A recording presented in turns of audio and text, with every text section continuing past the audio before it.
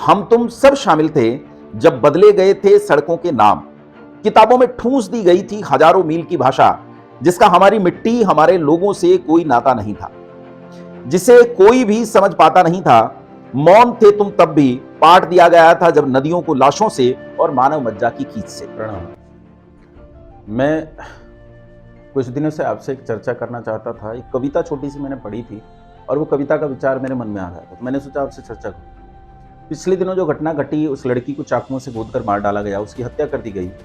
तो उस लड़की की हत्या के समय एक और अद्भुत घटना घटी कि उस हत्या करते हुए हत्यारे के पीछे से लोग निकल रहे हैं, और जो लोग निकल रहे हैं वो ऐसे निकल रहे हैं जैसे रास्ते में सामान्य घटनाएं घट रही हों, जैसे एक रिक्शे वाले में और एक ग्राहक में पैसों को लेकर झगड़ा हो रहा हो, या फिर एक दुकानदार अपने ग्राहक के साथ किसी वस्तु को लेकर मोलभाव कर रहा हो, या दो बिछड़ती हुई सहेलियां आपस में बात कर रही हों, या सब्जी खरीदते हुए कोई गृहिणी अपने ठेले वाले से बात करती है सब्जी के।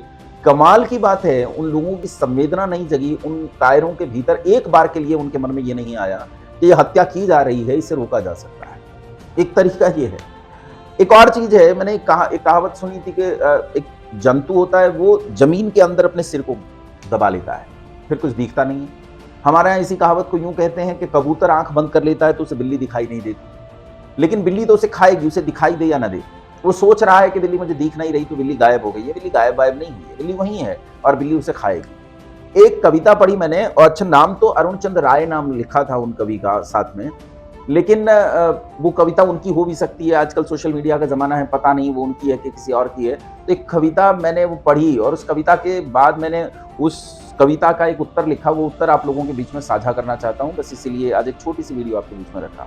कविता ये देखो, सुनने से लगेगा बड़ी साहित्यिक कविता है, लेकिन इस बात को समझने का प्रयास कीजिए जो यहाँ ये कवि महोदय कहना चाहते हैं। बदल दिए जाएंगे सड़कों के नाम, किताबों में ठूंस दिए जाएंगे नए अध्याय, नदियों को खोद निकाला जाएगा अतीत से, अलंकृत होंगे नए नए सेनानी, गढ़ा जाएगा नया नया साहित्य, शब्दों के नए नए अर्थ, ग्रह नक्षत्र पृथ्वी की गति सबके सब निर्धारित होंगे नए सिरे से।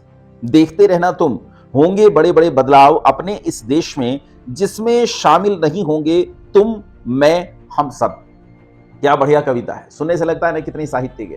अब तनिक इस कविता को समझने का प्रयास कीजिए कि कवि महोदय कहना क्या चाहते हैं। कहते हैं बदल दिए जाएंगे सड़कों के नाम। ये शायद इस ओर संकेत करना चाह रहे हैं कि आजकल की सरकारें जो हैं शहरों के और सड़कों के नाम बदल रही हैं।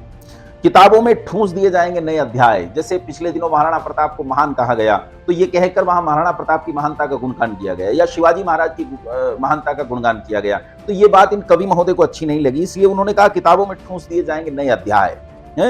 फिर कहते हैं नदियों को खोद निकाला जाएगा अतीत से। मतलब आजकल एक सरस्वती नाम की एक नदी का जिक्र चल रहा है, जो शायद प्राचीन काल में साहित्य में मिलती है, तो कहते हैं ऐसी जो है ही नहीं, उन्हें खोद निकाला जाएगा। फिर कहते हैं अलंकृत होंगे नए नए सेनानी। शायद वीर सावरकर की बात है, ये उन्हें अलंकृत किया जा रहा है, शायद उसकी बात है। फिर कह रहे हैं गढ़ा जाएगा नया नया साहित्य, शब्दों के नए नए अर्थ। जैसे आजकल दक्षिणपंथी साहित्यकार निकल कर आ रहे हैं, तो उससे इन्हें घोर आपत्ति है। उसके बाद ये कह रहे हैं ग्रह नक्षत्र पृथ्वी की गति सबके सब निर्धारित होंगे नए सिरे से। ये थोड़ा व्यंग है, शायद वर्तमान सरकार पर व्यंग है। देखते रहना तुम, होंगे बड़े बड़े बदलाव अपने इस देश में, जिसमें शामिल नहीं होंगे तुम, मैं और हम सब। कहते हैं जनता का उससे कोई लेना देना नहीं होगा, ये कुछ तानाशाह लोग अपने आप कर ले।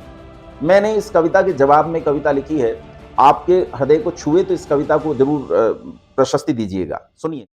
हम तुम सब शामिल थे, हम तुम सब शामिल थे जब बदले गए थे सड़कों के नाम। किताबों में ठूंस दी गई थी हजारों मील की भाषा, जिसका हमारी मिट्टी हमारे लोगों से कोई नाता नहीं था, जिसे कोई भी समझ पाता नहीं था। मौन थे तुम तब भी, पाट दिया गया था जब नदियों को लाशों से और मानव मज्जा की कीच से। गढ़े गए थे नए भगवान और नए ईमान, नई सभ्यताएं और नए जजिया, और अलंकृत हुए थे नए महान, जिनके दरबारों में बेची जाती थी नग्न स्त्रियां, कहलाते थे मीना बाजार। गढ़ा गया था नया साहित्य, जिसमें शामिल था तेग बहादुर का कटा सिर, 4 नन्हे बालकों के शव, लाखों स्त्रियों के जौहर में जलती चीखें। तब तुम कहां थे कवि? तुम्हारी चापलूस कलम कानी है कानी, जो केवल एक पक्ष दोहराती है बार बार। फिर भी याद रखो, प्रकृति परिवर्तनशील है, वह अनुकूलन की ओर लौटती है हर बार। खैर पक्षपाती नेत्रों को ये पंक्तियां भी नया साहित्य लगेंगी, और तुम्हारे गढ़े साहित्य में नहीं पाएंगी एक कोना भी। तुम कहां थे कवि? कहां थे तुम? यही तो थे, हाँ यही थे, तब तुम गा रहे थे दरबारी गीत, मीना बाजार के लिए ठुमरियां और पाते थे पद्मश्री। मैं तुम्हारी इस अद्भुत चेतना को प्रणाम करता हूं कवि। तुम महान हो, मीना बाजार की तरह महान हो। तुम महान हो, उस विनाश की तरह, नरसंहार की तरह महान हो। तुम हकीकत राय को काटने वाली तलवार की तरह महान हो। तुम महान हो कवि। बहुत धन्यवाद, आप सभी को सादर प्रणाम।